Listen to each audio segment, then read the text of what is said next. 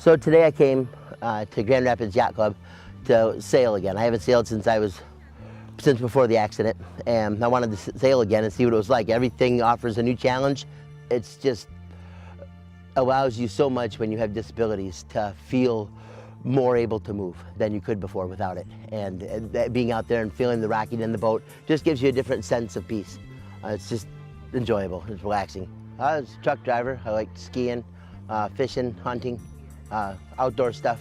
That weekend was Labor Day weekend of 2016, so I drove down to Marion, Indiana with a truckload of cardboard, and on the way back, I just crossed into Michigan, and I was eating kettle corn, and I started choking and coughing, really, and next thing I remember is I woke up in the woods.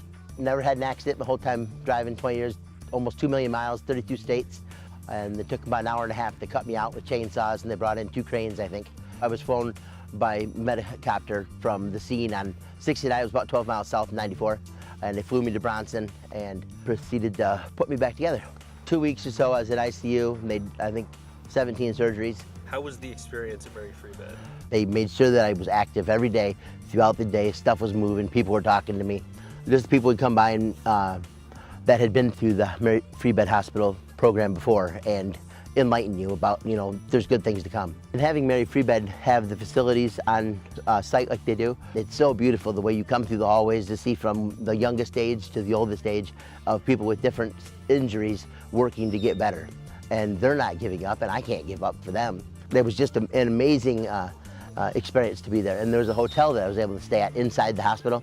And they were renovating it at the time I was there to make more rooms. But just having the ability to, in the middle of winter, to roll through the hallways to get to my therapy, to go to the pool, to go to physical therapy, to have my psychiatrist there, to have the prosthetics department. So that takes the vulnerability away from you, having that there. And so it makes you feel like you used to. I have a 4x4 track in the front yard for trucks and motorcycles and stuff. And one of the neighbors asked if he could buy my dirt. And I'd enjoyed it so much, I couldn't see getting rid of the dirt, but he had a pond. He couldn't get to his backyard because it was so low. And he wanted to put in a pool and a pole barn. And this amount of dirt allowed him to do that. 2 days later, the neighbor next to me, she asked if I knew anyone selling some land because she wanted to have a strawberry farm. I went back down to the neighbor and I asked him, I said, you still want to buy the dirt? And he said, sure. So he came and he moved all, it was massive amount of dirt. She offered this opportunity for strawberries, and I thought, well, maybe by building this, by giving it life, it'll give me life. This design started at Epcot Center in Florida, and it was something that they used to promote gardening and stuff, indoor gardening, but it can be transferred to the outside, and it came from Florida, and her father's the one that brought it up to Michigan.